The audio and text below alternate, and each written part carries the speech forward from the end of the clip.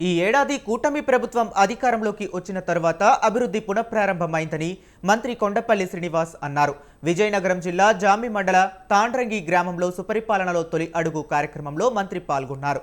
వానలోనూ ఇంటింటికి టీడీపీ కార్యక్రమాన్ని కొనసాగించారు. గ్రామంలో ఇంటింటికి తిరుగుతూ ఏడాది కాలంగా రాష్ట్ర ప్రభుత్వం చేపట్టిన అభివృద్ధి సంక్షేమ కార్యక్రమాలను మంత్రి కొండపల్లి వివరించారు.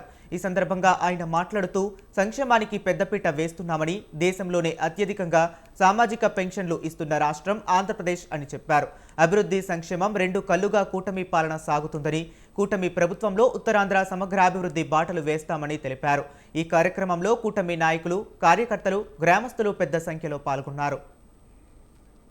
ఎప్పుడైనా ఒక మట్టి ఎత్తడం కానీ పోయడం కానీ చూసారా? గ్రామ అభివృద్ధిని వదిలేశారు.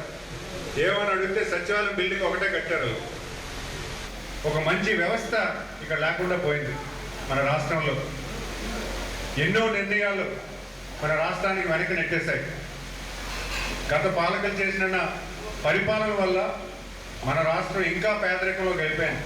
గ్యాస్ సిలిండర్ మన ఇంట్లో అందరికీ అలవాటు చేసింది ఎవరమ్మా? చంద్రబాబు నాయుడు గారు. ఆడబిడ్డలు కట్టెల పొయ్యి మీద వండుకుంటే వాళ్ళు అనారోగ్య పాలు అవుతున్నారని ఆయన దీపం పథకం మొదలుపెట్టి ప్రతి కుటుంబానికి గ్యాస్ సిలిండర్ ఇవ్వాలి, వాళ్ళ ఆరోగ్యం బాగుండాలి, కుటుంబంలో ఆడవాళ్ళే పునాది లెక్క కుటుంబాన్ని అంతా తీసుకెళ్తున్నారు, అలాంటి ఆడవాళ్ళ ఆరోగ్యం బాగుండాలని దీపం పథకం అప్పుడు మొదలుపెట్టారు.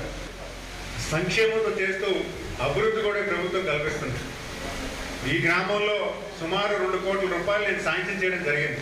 అదే గత పాలకులు ఎప్పుడైనా ఒక మట్టి ఎత్తడం కానీ పోయడం కానీ చూసారా? గ్రామ అభివృద్ధిని వదిలేశారు. ఏమని అడిగితే సచివాలయం బిల్డింగ్ ఒకటే కట్టారు. ఒక మంచి